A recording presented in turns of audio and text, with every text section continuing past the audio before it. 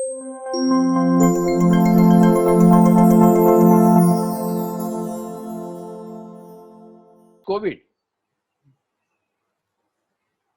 it is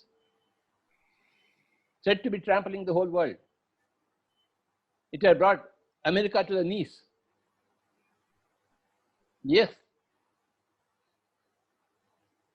Every material person needs to be brought to the knees.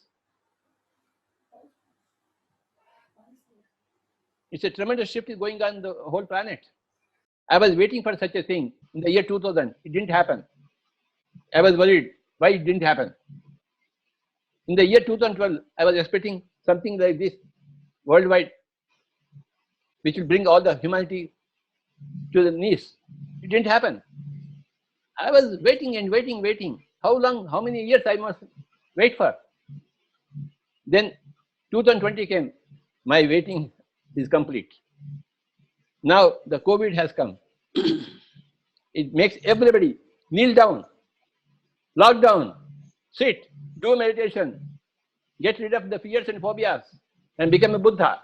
That is the message of the COVID. If you are Buddha, I will leave you. If you don't become a Buddha, I will catch you. It is a final ultimatum. Do or die. My Guruji, Sadhana Yogi, when I first went to him, he told me, do or die. Either you do it or die. Who cares for your death? My Guruji's message, way back in the year 1980, when I went to Swamiji, he was the greatest Brahmarshi. I was a budding Brahmarshi. He was the greatest, senior most Brahmarshi in the whole earth planet. He was 2000 years old. And he said, do or die, in the year 1981. So, Corona's message is also the same, do or die. No in-between formula. What should you do? You should become a vegetarian. You should become a meditator. Or quit the body. We can't allow you to be in the body and be a burden to the earth, Mother Earth.